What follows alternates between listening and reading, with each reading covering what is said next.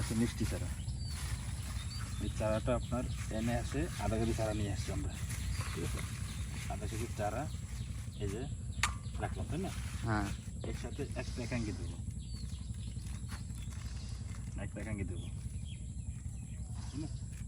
একাঙ্গিটা হলো কি, নদীর ক্ষেত্রে একাঙ্গিটা বেশি দিতে হয়, কারণ নদীর পানি থাকে তো, বা যাতায়াত থাকে তো, হ্যাঁ। পুষ্করণী বা দিঘির ক্ষেত্রে লাগে না, বা বাওয়ার ক্ষেত্রে লাগে না, শুধু লাগে নদীর ক্ষেত্রে লাগে।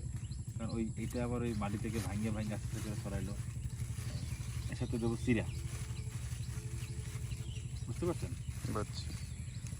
নদীতে একটু চিরা দিতে হয়, কারণ নদীর মাছ তো দুর্দান্ত শয়তান মাছ, অত সহজে হাতের নাগালে পাওয়া যায় না। এই দিলাম একটু চিরা, হ্যাঁ, এই চিরা দিলাম 2 মুঠ, তাই না? ঠিক আছে। আচ্ছা।